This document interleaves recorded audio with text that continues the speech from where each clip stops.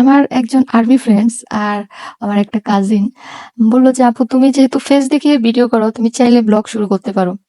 আমার না মানে সেরকম সাহস হয় না। বাট আমারও মন চায় যে ব্লগ-টক করি।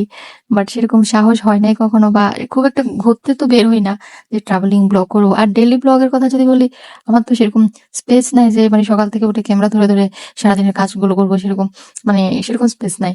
তো আজকে ভাবলাম যে আমার ফোনে তো অনেকগুলো এরকম ভিডিও ক্লিপস আছে যে কোথাও গেলে যে ভিডিওগুলা করি টিকটক করার জন্য সেগুলো দিয়ে মানুষ করে না জগা খিচুড়ি মার্কা ব্লগ ওটা করতে পারি। দেখি তোমাদের কেমন লাগে। তো ঐদিন আমরা গিয়েছিলাম চৌরাস্তা পৌর পার্কে।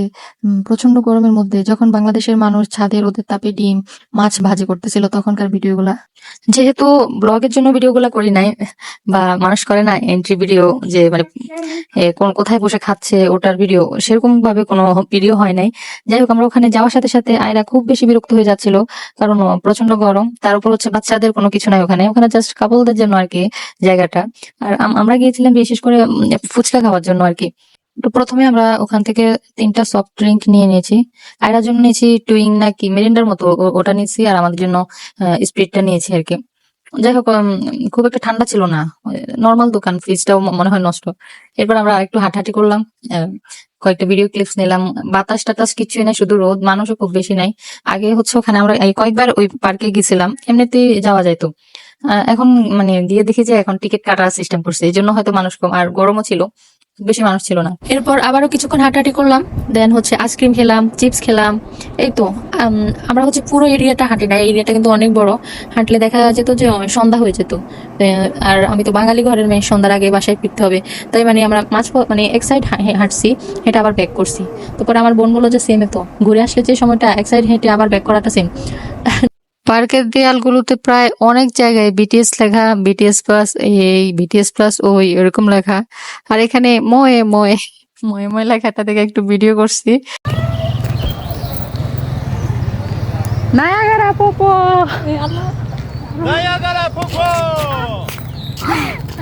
যাই হোক অনেক মজাই করছিলাম যখন পার্কের ভিতরে ছিলাম। দেন হচ্ছে আমরা বের হয়ে ফুচকা 3টা নিয়ে নিয়েছি। 3টার মধ্যে একটা ছিল দই ফুচকা, আরেকটা ছিল হচ্ছে ঝাল ফুচকা, আরেকটা ঝাল ছাড়া। আর ঝাল ছাড়াটা হচ্ছে আয়রার জন্য, আর দই ফুচকাটা ছিল আমার বোনের জন্য। বাট ওরা দুজনে হচ্ছে মানে খাবার খুব একটা খেতে পারে না।